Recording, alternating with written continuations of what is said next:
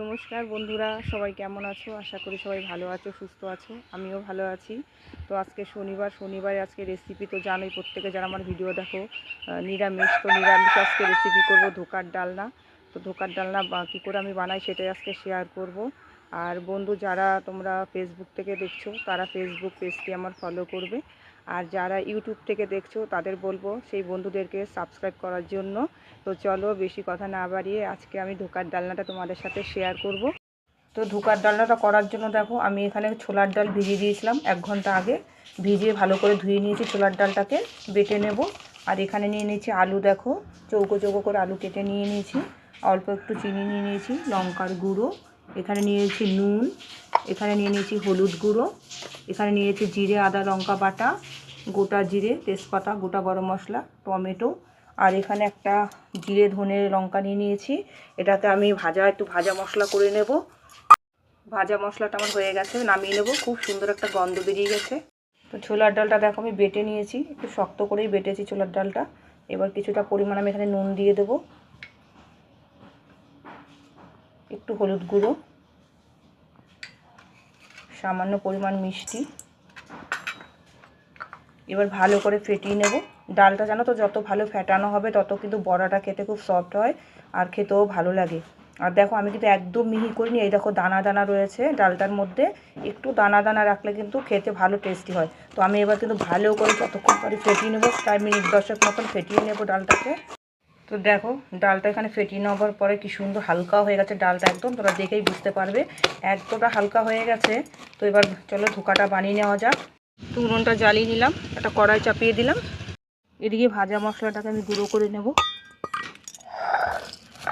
কড়াইটা গরম হয়ে গেছে, কিছুটা পরিমাণ তেল দিয়ে দেবো ধোকাটা বানাবার জন্য। এবার যে বেটে রাখা ডালটাকে আমি দিয়ে দেবো।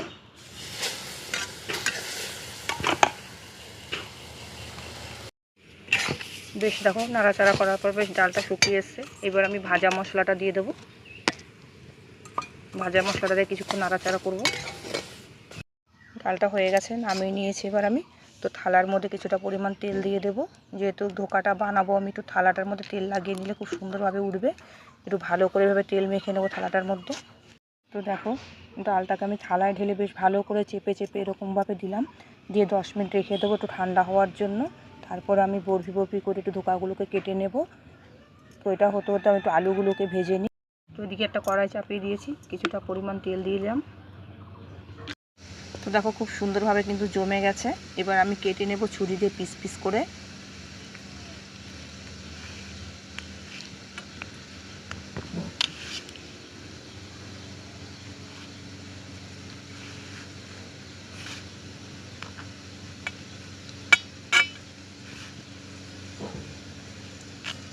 আমি এখানে বরফি শেপ করছি, তোমরা চাইলে চৌকো করেও করতে পারো। তো দেখো বরফি বরফি করে আমি একটু কেটে নিয়েছি ধোকাগুলোকে। এবার আমি আস্তে আস্তে করে একটু ভেজে নেব। এইদিকে আলুটাকেও ভেজে নামিয়ে নিয়েছি। আস্তে করে তেলের মধ্যে খুব আলতোভাবে ভেজে ভেজে নেব। তো ধোকাগুলো দেখো আমি আস্তে আস্তে করে ভেজে সব নামিয়ে নিয়েছি কি সুন্দরভাবে। তো এবার কড়াইতে আমি কিছুটা পরিমাণ তেল দিয়ে দেবো।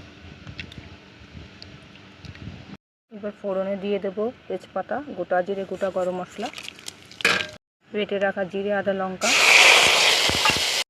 কাশ্মীরি লঙ্কার গুঁড়ো, পরিমাণ মতো নুন,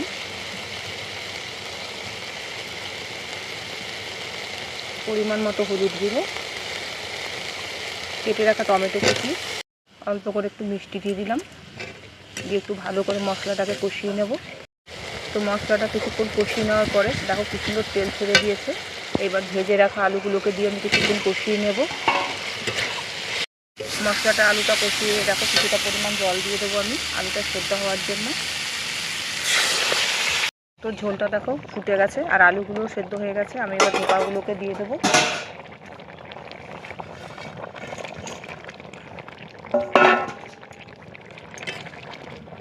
তো বন্ধুরা ধোকার ডালনা আমার রেডি। আজকের রেসিপি ছিল ধোকার ডালনা। তো ধোকার ডালনাটা কেমন বানালাম, তো তোমাদের কাছে কেমন লাগলো অবশ্যই কমেন্টে জানিও। আর তোমরা কে কে ধোকার ডালনা খেয়েছো, কীভাবে রান্না করো সেটাও আমাকে কমেন্টে জানিও। তো আজকে এখানেই শেষ করলাম। সবাই ভালো থাকবে, সবাই সুস্থ থাকবে।